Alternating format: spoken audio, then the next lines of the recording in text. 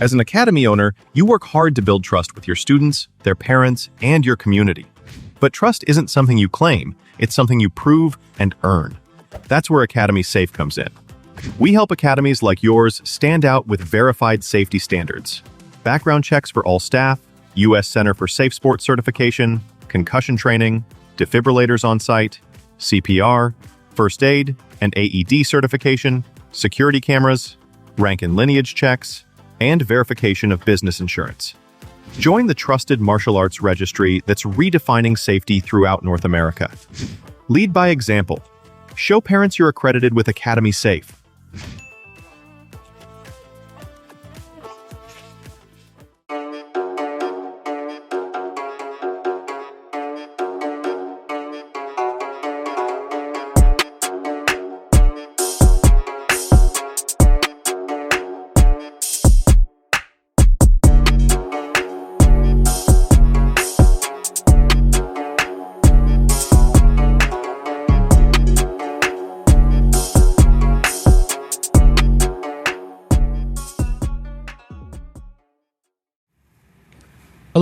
Hello, and welcome to My Empty Hands, a podcast about the martial arts, usually focused on Kempo, but we give love to all the martial arts around here.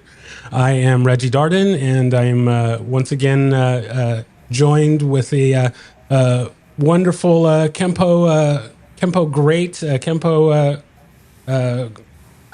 not sure which good words to use, but Kempo dude. Kempo dude, I like that. I like that a lot. So we got a great Kempo dude, Mr. Lee Wedlake. He is a returning guest on the show, as we were taking a look just a little bit ago here. He was last on back in November of 24, so he was one of my first guests while I was and still am trying to figure out this podcasting thing, but yeah, it's been a pleasure to have him on. At this point, I did finish reading Lessons with Ed Parker. I don't think I finished it when he was last on. I was getting close to that, but I did finish that, and so we may get onto that. And whatever kind of rat holes that we get on, we'll do that as I like to say. So I always start things off by just saying that I train in multiple martial arts at this point: American Kempo, Hapkido, Capoeira, Brazilian Jiu-Jitsu, Muay Thai, and I have some experience doing Taekwondo and some boxing in there a little bit. So yeah, with the podcast and life and all the good things that I do, I stay busy, but it's fun and I enjoy it. So what I wanted to do is, since it's been over a year since I had Mr. Wedlake on, we'll start with updates on what he's been up to over the year, and then we'll nicely segue into the books that he's been working on and whatever other fun things that he's been doing, and we'll just kind of go from there. So let's turn it over to Mr. Wedlake, and how's the year been treating you? Years, I guess at this point, have been treating you, and what have you been up to? Well, it's been good. It's good to be back here with you. I've done several podcasts, as we talked about before we went on. Recently, some of them haven't been published yet, but I'm still in Florida. I know I move a lot, but I'm still down in Southwest Florida, and I am still on a seminar circuit.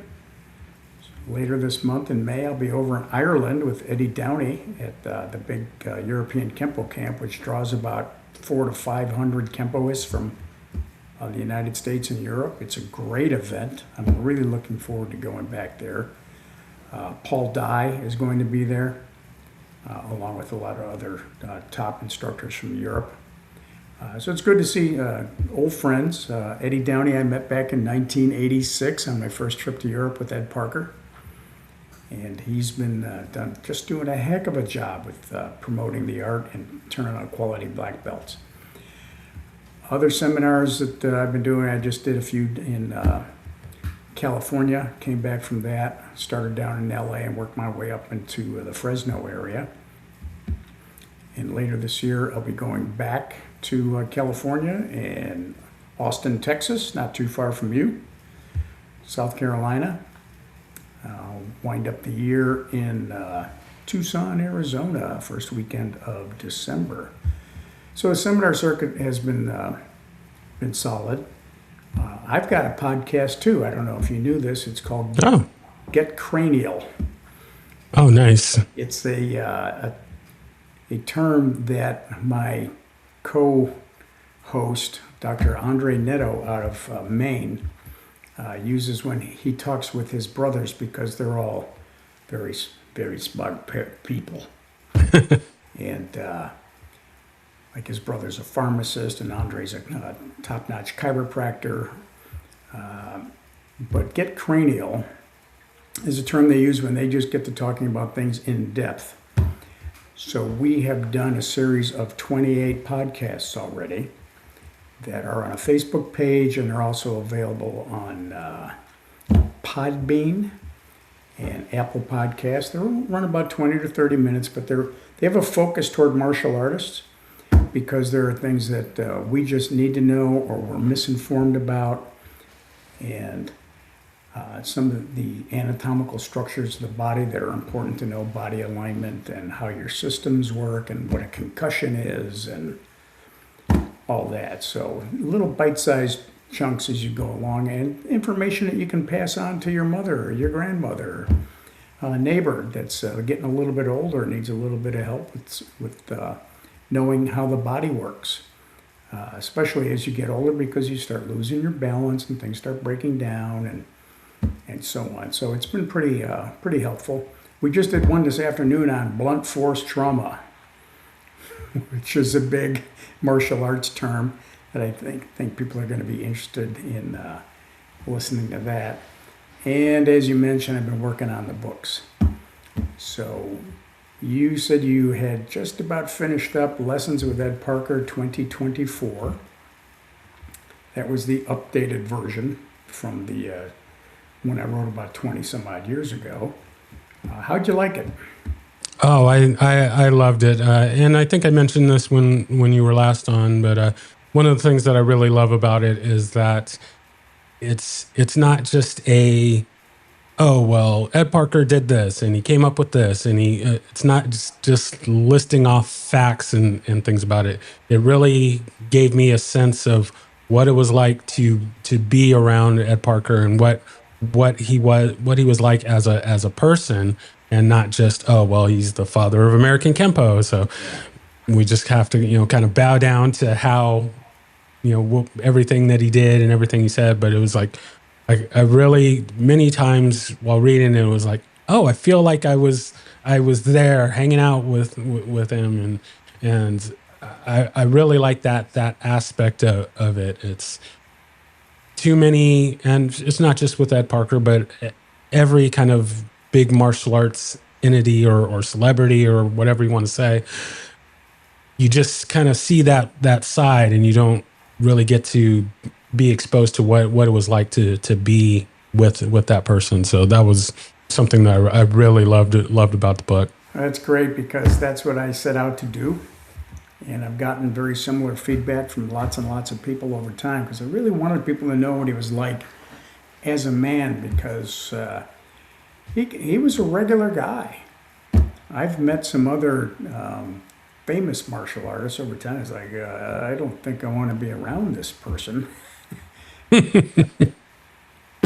Ego's so big. But working with Ed Parker was a very interesting experience, of course. And what I've done since then, I'm reworking a book that I published about the same time back then, early 2000s, called Further Insights into Kempo. So it'll be Further Insights 2026. So it's been expanded. That book was a compilation of magazine articles that I had written. So the new version will have things that I wrote and published after that was published, and some other material.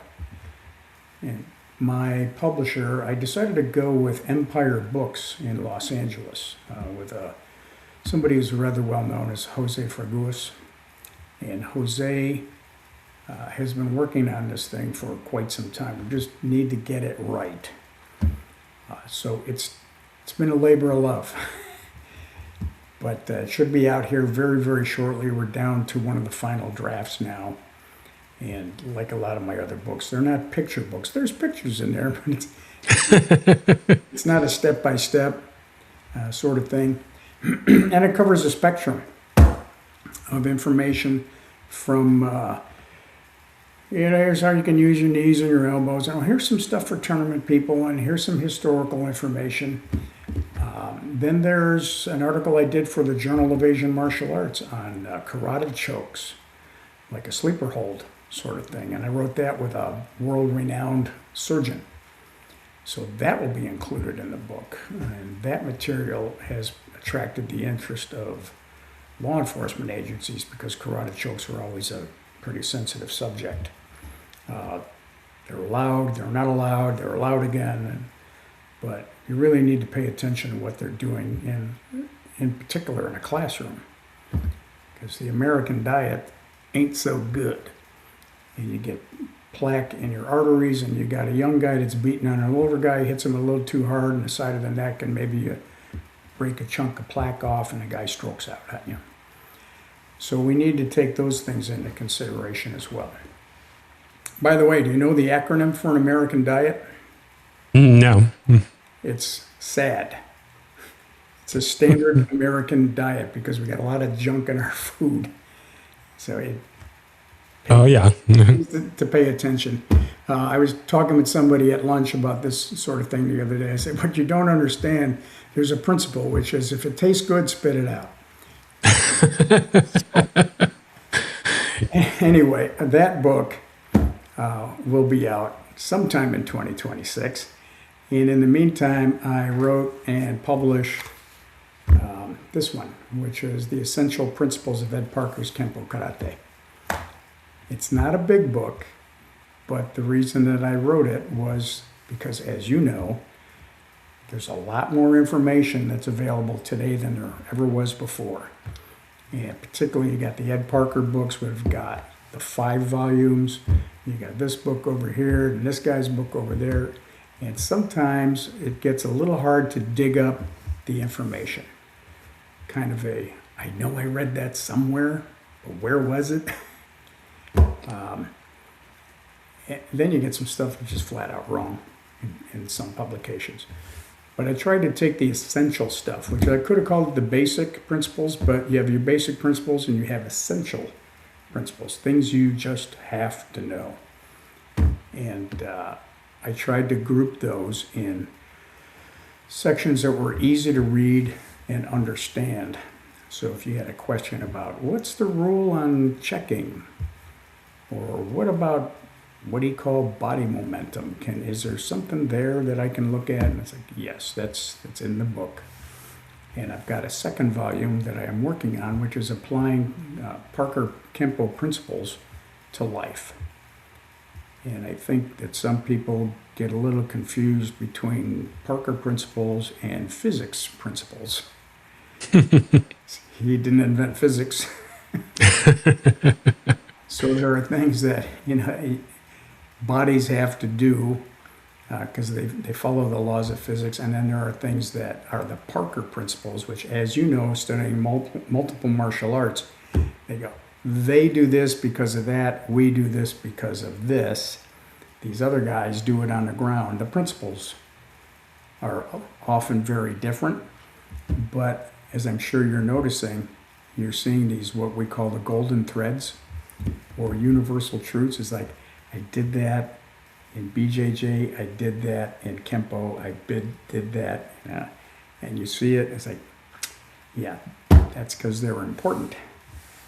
And this book, this Essential Principles book, is to get the idea of the things that you really need to know to help polish up your Kempo.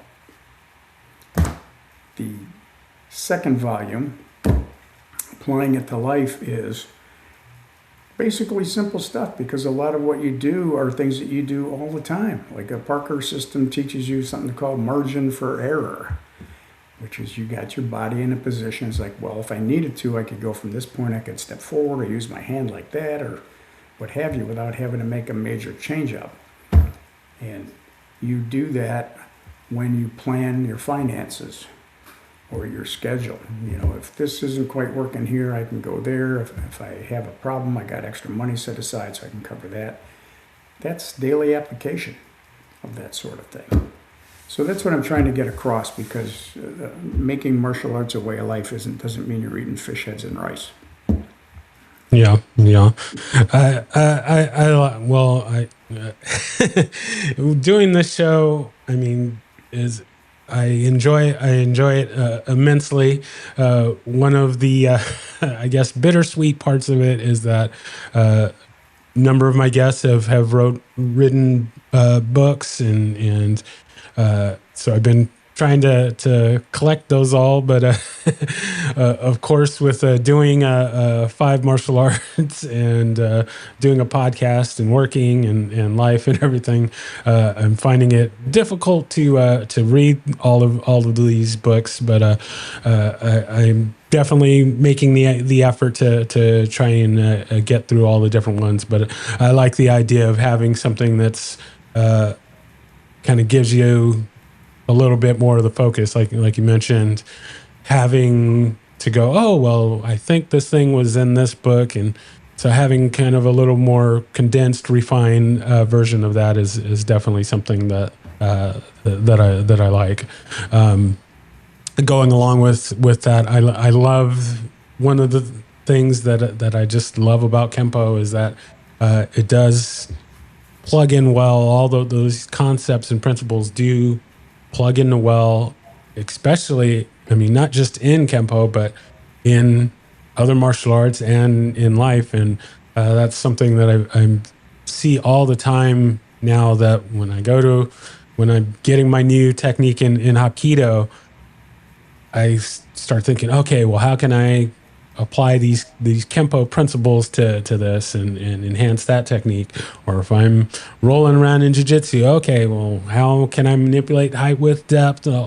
And all of that helps that art, and vice versa. When I'm doing something in Kempo and we're doing a technique, actually just the other night we were, we're working a technique, working Desperate Falcons.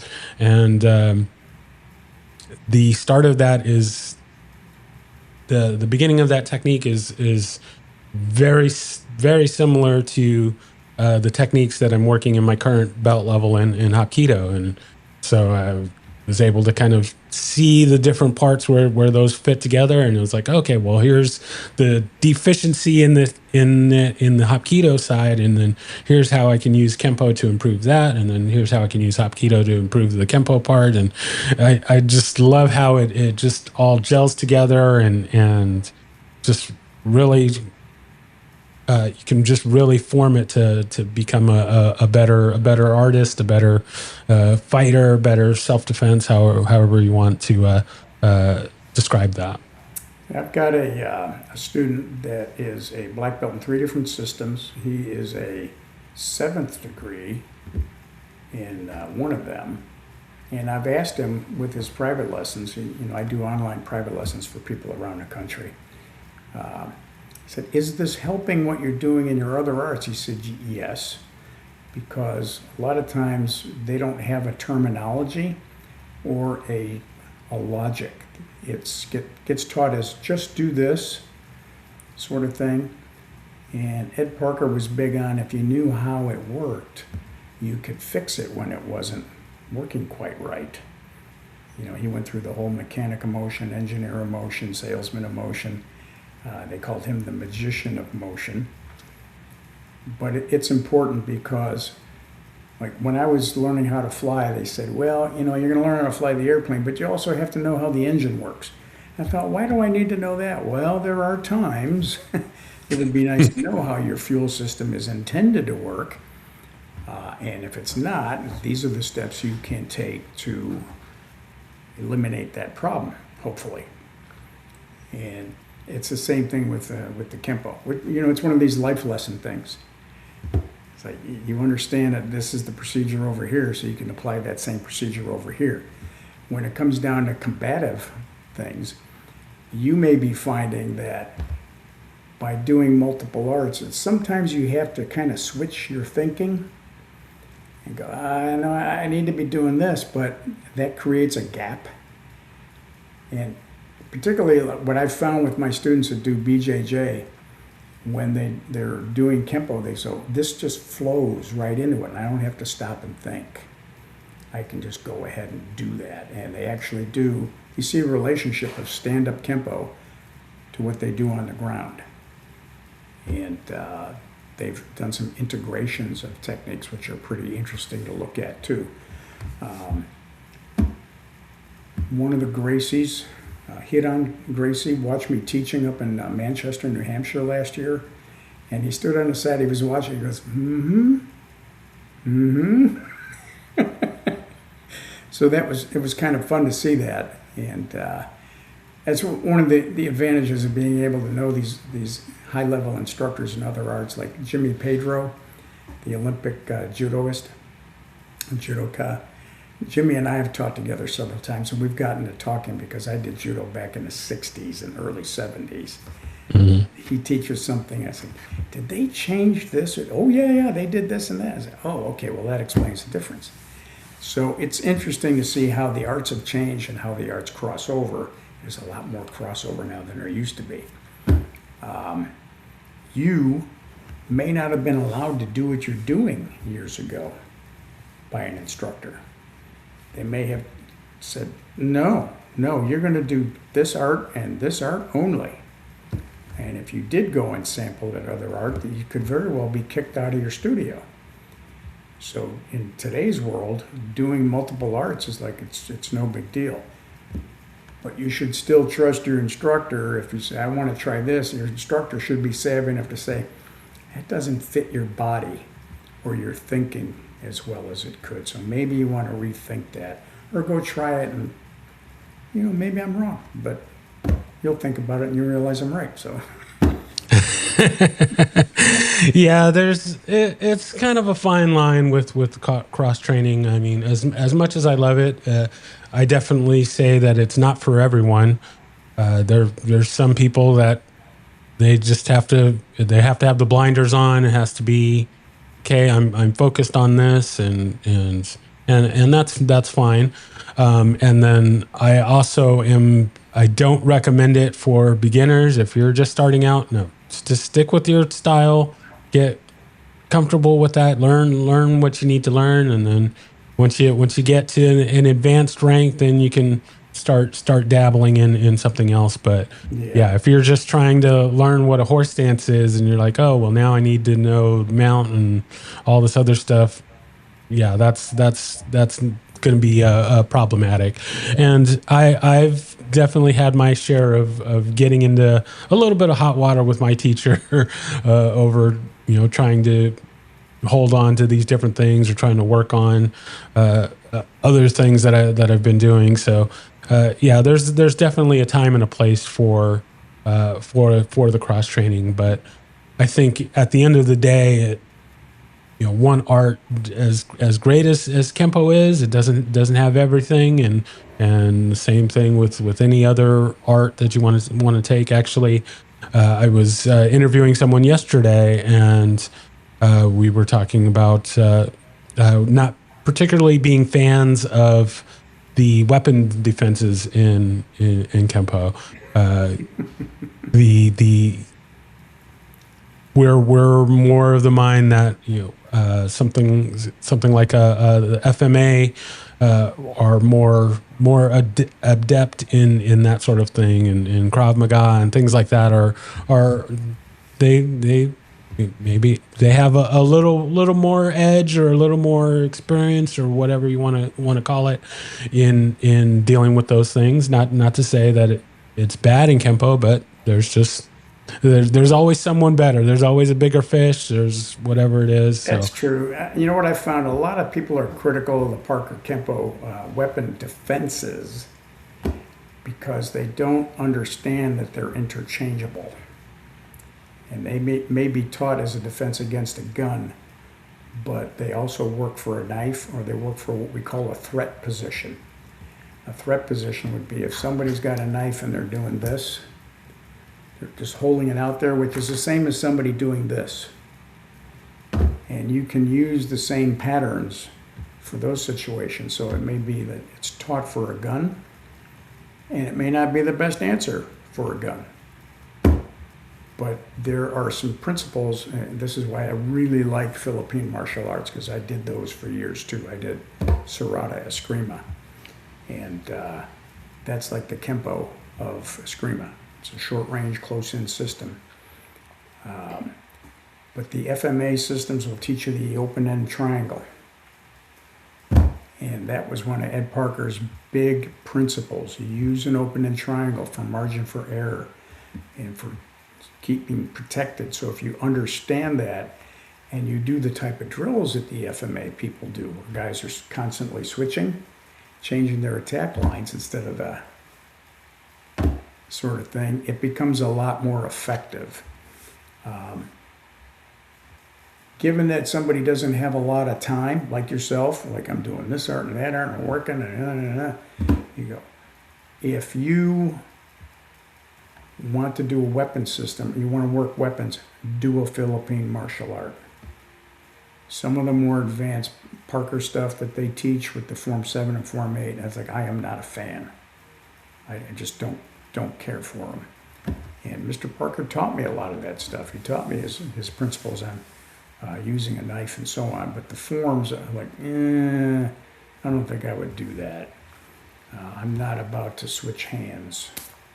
Yeah, that's... There's stuff like that. It's like, no. I mean, I may have the villagers coming after me with torches and pitchforks for saying that, but that's the way it goes. Yeah, sometimes the truth hurts. So,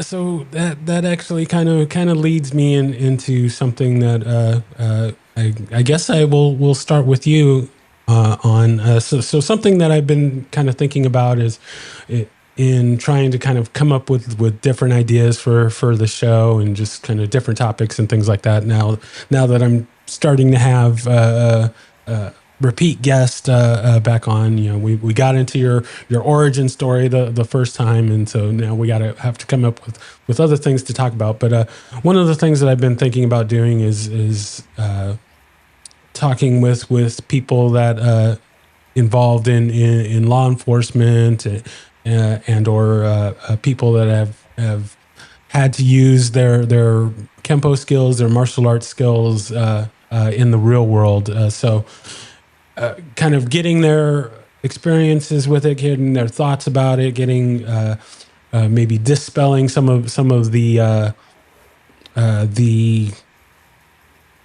I don't know, rumors or kind of fantasy world that we live in. So the thing that kind of kicked all of this off, this I may have had this a little bit when you were on before, but I have been completely obsessed with police body cam videos lately. Yeah. I mean, the amount of hours that I have, I don't know if wasted, but I've definitely watched way too many body cam videos lately. And so one of the things that really stood out was that I mean, gonna give my little ass kiss rodeo to Brazilian Jiu-Jitsu, but I guess grappling arts, all inclusive, wrestling, judo, and anything like that. But law enforcement officers, from my point of view, you've got to have some grappling skills. I've seen way too many of these videos where it's taken 6, 7, 8 cops to barely take down someone that's 100 pounds soaking wet, and it's crazy to me how. And yes, there's a lot of don't come after. Well, you can come after me if you want, but yeah, I get it. There's a lot of variables. They're on drugs or whatever the thing is, adrenaline. But I've seen way too many of these videos where just these police officers were not equipped to be able to deal with this person that they're trying to detain, and it's crazy to me. So definitely, I'm a big fan of the grappling arts, the Brazilian jiu-jitsu, and that sort of thing for police officers. But definitely saw some videos with some Kempo flavor. There's one in particular that came to mind that a person, he was the suspect was arguing with his girlfriend or something like that, and the cops show up and he's talking to the police officer, and the guy starts drawing back his hand, and it turned into an obstructing the storm situation, and the cop just blasted him, and of course the guy is, oh, like, I can't believe you hit me, and the girlfriend's like, oh, I can't believe you hit him, and cop wasted no time and said, you draw your hand back, like, I'm not going to give you the chance to hit me. Like, if you're making the moves, if you're even thinking about making the moves to hit me, I'm going to get you first. And sure enough, he did. And I was like, yeah, that's the kind of thing. You know, I'm not for cops beating up suspects and that sort of thing. But yeah, if you're gonna draw on me, we're gonna have a problem. So Yeah, the baseline is, and I learned this way back when I first started working with the police department, is the bad guys have no rules and you do. They can do whatever they want. You've got laws and you've got department policy that restricts what you can do. So there were certain things, like they would not allow an aluminum baton way back in the 70s. And today this is not unusual. They didn't have expandable batons back then. A lot of the guys were still using the old wood breakaways. So police officers have had to change their training over time, and then the overarching laws changed too, like I said, with karate chokes. You could do them for a while, then they said, no, you can't do those anymore. So you take away the tools, and the force progression remains, which is, first, it's presence, and that's why a person in a uniform with a badge and a gun usually gets what they want. People will comply with that, like, uh-oh, it's the cops, better take a chill pill. But as you know from watching body cameras, it's like sometimes it just goes from 0 to 60. And I told people in the job, when I was an Alamo Ranger, I said, we have a 0 to 60 job because you're smiling 1 minute and then it's because people go off. And people do things that, as you've seen on body cameras, some of it's just outrageous. A lot of it would be so much easier if they would just comply. It's simple. Just, if I ask you for your license, give me your license. I'm looking at you, sovereign citizens. Oh, Those guys, boy, those. When I get out of the car, I work with the Lee County Sheriff's Office as a road patrol officer. And anytime I get out of the car, I'm thinking, this could be the day that somebody tries to shoot me. Because in our unit, we don't have handcuffs, handguns, tasers. We don't have any of that. We handle minor stuff, minor crashes, traffic control, abandoned vehicles, and so on. But we still run into the public. And so your verbal, your de-escalation skills are important. Good manners cost nothing if you're nice to people. Attitude breeds attitude. So if you come on hard, you wouldn't be surprised if the citizen comes back hard. And sometimes they come on hard, and police officers are, in general, they're pretty good about it. From all that body camera stuff you've watched, you've heard a lot of stop resisting, stop resisting. Then it starts to the language gets a little bit rougher. Okay. Yeah. Because, the system, the situation escalates. But we start with the presence, which usually gets, then we go to verbal de-escalation, then you go to what's called soft hands. Soft hands is like you can put your hands on them and guide them like a doorman does, a bouncer at a bar, a citizen ejection technician. I like that. So you can soft hand it. Hard hands is when you've got to go to this. And then again, we've got other rules when we teach pepper spray, baton use, defensive tactics. Is like, well, you can hit this, but you can't hit that. Tasers, same sort of thing. You can't tase them in the face. Aw. But there's a set of rules that go along with all of that. And I was a taser instructor. I tell the guys, like, please, I said, man, I really don't want to write the reports. So try not to tase them if at all possible. But you've seen some stuff that just gets pretty crazy and it turns into like you got to shoot somebody. But in the meantime, as you're going down this force progression, I've had people say the most horrible things to me. They say things about me. They say things about my wife. They go on and on. And you have to tell yourself, he doesn't know me. He doesn't know her. You can't take it personal. We had a really obnoxious suspect, and he was just going off. And when we got done, Chief looked at me and says, I wanted to kick him right in the head. I said, well, I did too. But you can't do that. And I've had people threaten my life. So it's like you run this whole gamut of things, and you have to have it, you've got to have the technology, and a lot of cops are pretty well trained at a lot of these things, but many, many departments years ago started integrating BJJ for law enforcement, and I watched both types. I've seen the stuff that's very well constructed, makes a lot of sense. I've seen the body cameras where they've done just a great takedown, and I've seen some other things like, it's not so good.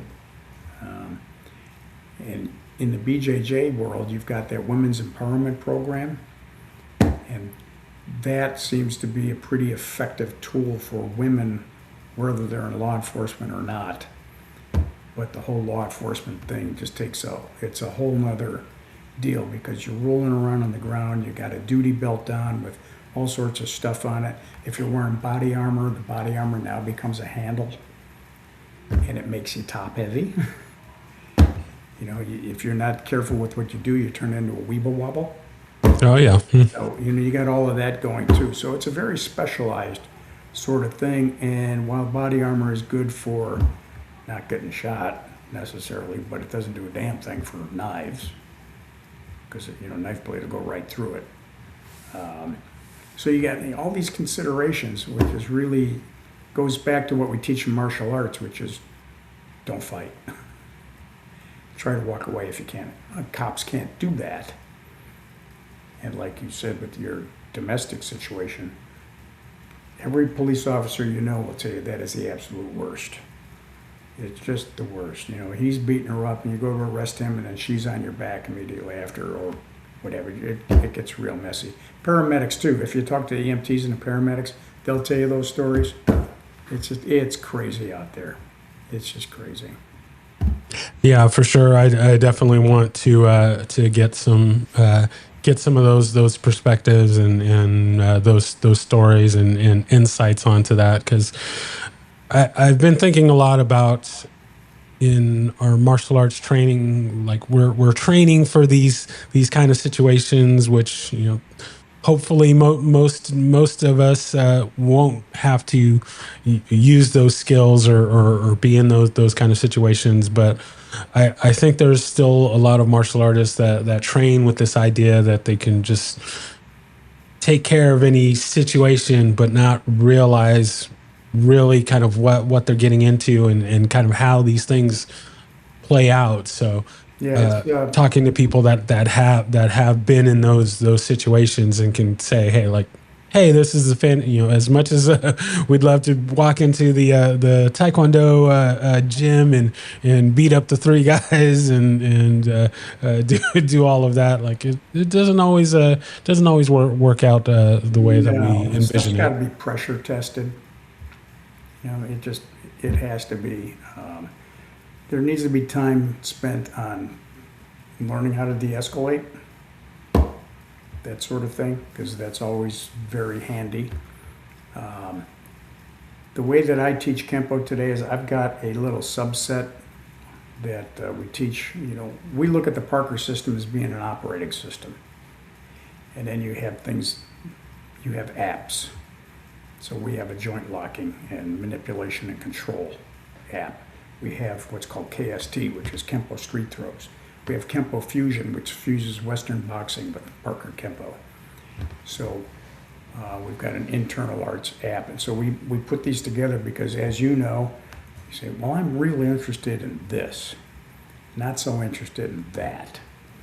And you get people, it's like, I don't want to roll around on the ground. I mean, that's basically, you got strikers and you got grapplers.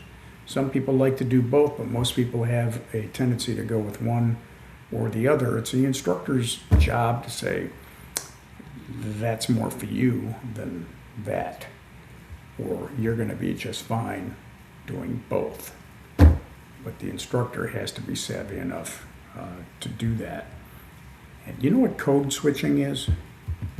I know. I feel like I should. I feel like I've heard that recently. Code switching is a term that they typically use for things like somebody that can speak multiple languages. And I had an instructor I worked with in Sweden. Of course, he could speak Swedish, he spoke English, and he spoke Spanish. And he could switch from one language to the other in a conversation. It was crazy to watch him do it. He was a code switcher, and because language is code. Well, you have code switchers in martial arts. This is one of the reasons that we were talking about earlier. When you go to train in another art, like you said, like, well, you learn how to do a horse stance. But if you've ever seen anybody that's done a hard style and has got a Zenkutsu Dachi, a forward leaning stance, burned into their muscle memory, if you believe in that term, but you get the idea. And then try to get them to do a forward bow, because they can't code switch. But you have other people that you teach, and they can go from Kempo to Tongsudo to whatever, and they're fine. Those are code switchers. So you kind of need to have some insight and some guidance as to what's going to work for you. But I agree with you, because there's no doubt that learning to do some grappling is pretty handy. I told a story over the weekend of one of my judo instructors way back when dinosaurs roamed the earth. He told a story about getting into a street fight, and the guy throws a roundhouse punch at him, and he does seiyonage on him, does a shoulder throw, and pancakes him right into the sidewalk. And the guy gets up, and he throws another punch, so he does it again. Wham! He had to do it 3 times to get the guy to stay down. See, because he didn't know anything else. And when you do Kempo, Kachi Kempo, and systems like that, you learn how to integrate. And you go, pop, pop, pop, pop, and then you can do the throw if you want and if you know how. But there are, it's like 40 basic judo throws and counters and a bunch of variations. It's like, don't have time for that. The mechanics of Parker Kempo lend themselves very well to throws. So we teach the mechanics of that, because somebody might find themselves in a position to go, and they got latched down, now what do I do, sort of thing. And Ed Parker said he didn't want his hands tied up, which I said, how come we don't have judo throws in the system? Because he was a judo man, I was a judo man. He says, I don't want my hands tied up. So yes, sometimes we got them, we're latched on, but it's that flexibility and thought and action. So the hand comes off and pow, pow, pow, pow, but he doesn't go and do a hip throw on someone. Mills Crenshaw was one of Ed Parker's early black belts. And one of my teachers, Mike Sanders, studied with him. He was a classmate with Gil Hibben. Oh, nice. In Utah. And Mike was a judo man, so he would do his Kempo techniques, and they would go, and he'd do a judo throw. And Mr. Crenshaw looked at it and said, that's all very nice, but one thing you got to understand is that the Japanese are very industrious people. They will pick somebody up to throw him down. So the Chinese are lazy. They hit him enough times that he falls down on his own. I like that. Kind of what Kempo does. Yeah, for sure, for sure, for sure. Very nice, very nice. All right. So I'm kind of looking at our time here. I want to ask you about one other thing before we get into our lightning round, and then we'll close out our time here. And I may have asked you this the first time, but we'll see what we got here. So, Right. I've been asking my guests what it means to be a black belt, what it means to earn a black belt. There's no standard. There's all these kind of things about, oh well, this person got it too early, or this person got it too late, or they shouldn't have this rank or that rank or whatever. I just kind of like to get my guests' thoughts on what it means to be a black belt, what it takes to earn a black belt, what just kind of your general thoughts on the coveted black belt. Well, I'm kind of old school, and there's a certain amount of blood, sweat, and tears that's got to go into it. But you've got the material that has to be learned and done to a certain level. It's got to have some degree of speed, power, and accuracy. And somebody's got to be able to explain to you, like, this works like this because of this, and then this is why we do forms. I like to look at it from the outside perspective. Somebody says, why do you guys do that? A black belt should be able to explain that, like they're talking to a fifth grader. We do that because of da-da-da-da. I think that the whole black belt thing that you just mentioned is like, where did you get your college degree? Because you went to that school or you went to this school, and that one's like, mail order college degree. And then you got, one of the Ivy League schools. So you've got there's just no standard because there's so many different types of arts, and then you've got so many different types of people teaching the art, and, which curriculum, how it is in the Parker system. Which curriculum are you using? Are you using the original one? Are you using a 1985 one? Did you make up your own? What did you do? So really it's, can somebody do it with balance, speed, power, form, focus? Are they doing their personal best? There's no reason somebody 72 years old can't get a black belt. He might not be able to kick above his knees, but if it's got, good mechanics to it, that's great. That's really what we're looking for. Does that answer your question? Yeah, it sure does. It sure does. I like it. Thank you. All right. So we are going to move into our lightning round. And my memory serves me. You don't get the last time you were on. You kind of got the preview. You got to kind of pre-think about your answers because we had a little scheduling situation and a little awkward moment. But we worked it out. But think I have pretty much the same questions as last time, so we'll see if the answers have changed at all. So the first one being, do you have a favorite technique? Same answer. It's anyone that the guy leaves me alone. I like it. Good. All right. Next one. Do you have a favorite form and or set? I really like Form 4. That's like all the Parker forms, it's got a major theme that's pretty strong. It's got a lot of information in it. It's great for cardiovascular because, it's long. And it's got, actually all of these martial art forms have got the characteristics that you need, especially as you get older.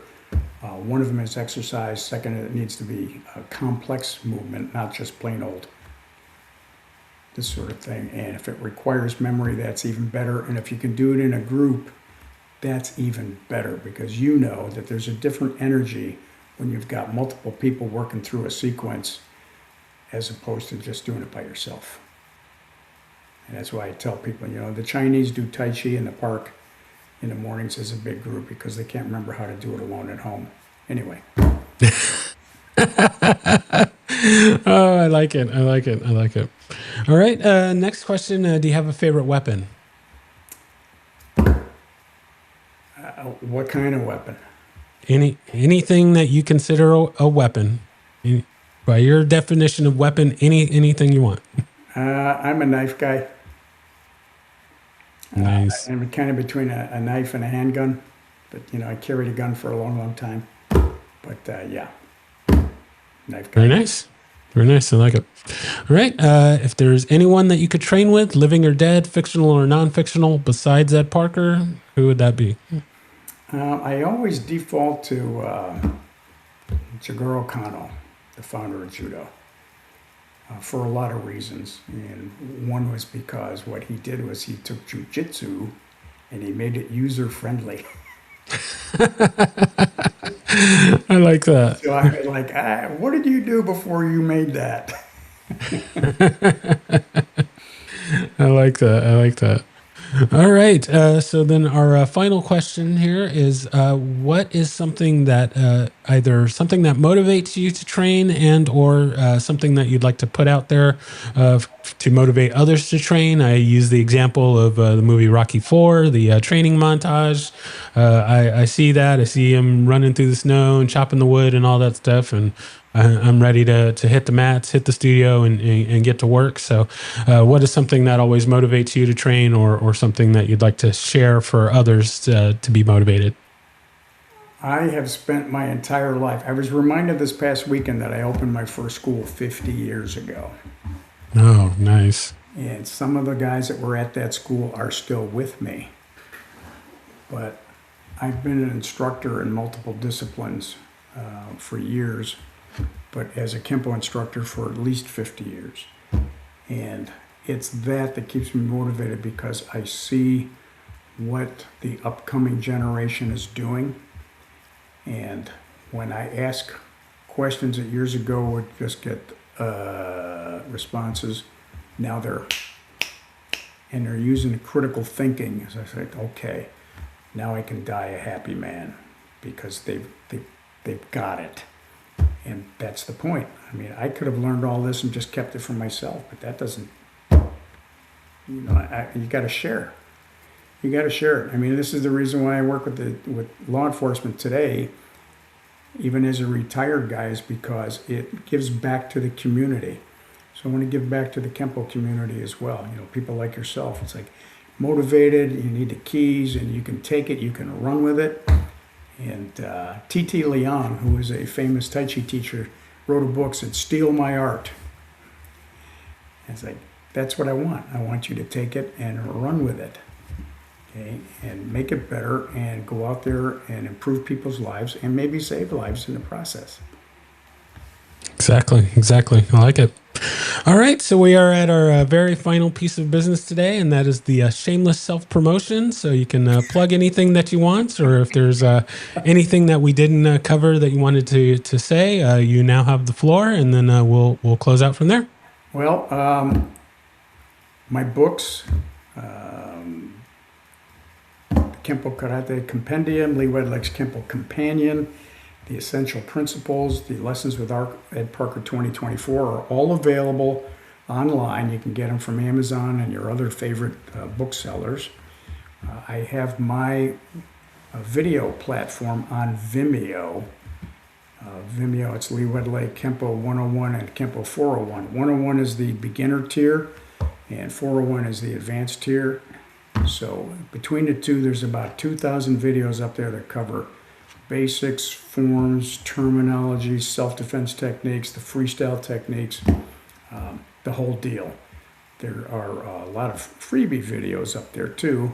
The tiers are by subscription, but they're not outrageous, and that makes it available to you 24/7. And Vimeo even has a rental thing, like you can rent a video for $2 a day. Oh, nice. Nice. You're just not getting delayed sword and you need it for 24 hours. It's $2. Yeah, no, I'm definitely that's one of the curses of training multiple stuff is just I'm not giving my Kempo training enough love as I should be, and I really need to get on the ball and get myself beefed up and get my knowledge and skills up because my third brown is still not too far in the distance. So I need to get up and instead of just being bad at jiu-jitsu, I need to get better at everything. Well, I've been saying a lot lately that until I can find someone to pay me to be bad at jiu-jitsu, I still have to go to work every morning. So working on that. But yeah, I definitely need to give my Kempo some more love. I mean, I still do my forms and stuff all the time. I guess I'm a forms guy. I enjoy doing them all the time, but my terminology, my last test, my terminology and sayings and stuff is it's killing me, and I've got to get back on track on that. Yeah, I've got my own issues with terminology and all that stuff. I say, oh, less is more. Less is more. Yeah. Well, yes, I thank you so much for being on and sharing your insights, and I'm looking forward to picking up the new books and getting your insights on your training and your updates and all the wonderful things that you're doing. And we'll definitely have to get you back on at another time, and maybe we'll break down some body cam footage and do that sort of thing. But yeah, I love what you're doing. It's been an honor to talk to you and to read your work and just I'm a fan, and we'll just keep on keeping on. But yeah, thank you so much for being on. I appreciate you having me on. We're on Facebook together, but I've got all those other Facebook pages that you can look at, the Lee Wedlake's Karate and the Get Cranial page and so on. So you can find me if you need to. So. We'll do, and yeah, I'll get links to that in the show notes, and everyone can get hooked on the Mr. Wedlake train, the Kempo dude train. Yeah. I'm afraid that's going to stick. Oh no. Nothing wrong with that. I like it. It's been a pleasure. All right. Well, thank you again. Thanks.